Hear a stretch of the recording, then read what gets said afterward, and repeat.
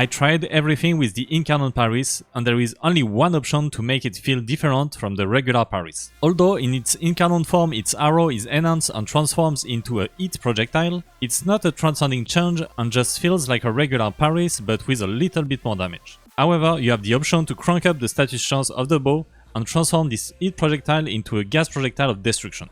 The Paris is a Tenno bow that focuses on puncture damage, but its Incarnon form makes it focus on hit damage and further enhance its critical chance on critical damage. The only best way in my opinion to play the Paris is to run it as a gas weapon, utilizing its 4th evolution elemental balance, increasing the base status chance of the bow by 60%.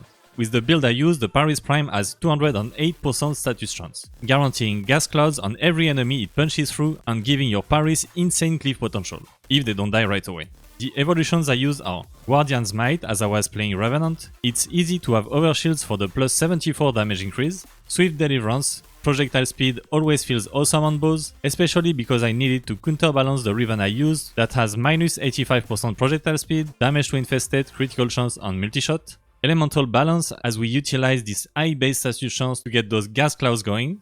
As we used a gas build on our Incarnon Paris, I decided to give Infested Disruption a shot, as infested units take plus 75% damage from gas, so I modded Infected Clip to make the Incarnon form of the bow shoot gas projectiles. We then modded our 2 mandatory galvanized mods for multi-shot and condition overload, further multiplied the critical damage of the bow, modding critical delay, vital sense and vigilante supplies. As both our status chance and critical multiplier are extremely high, I decided to mod Hammer Shot, and as we used the weapon in an Infested Disruption, Prime Bane of Infested. If you don't have a Riven, you can just mod Vigilante Armaments for more multi-shot.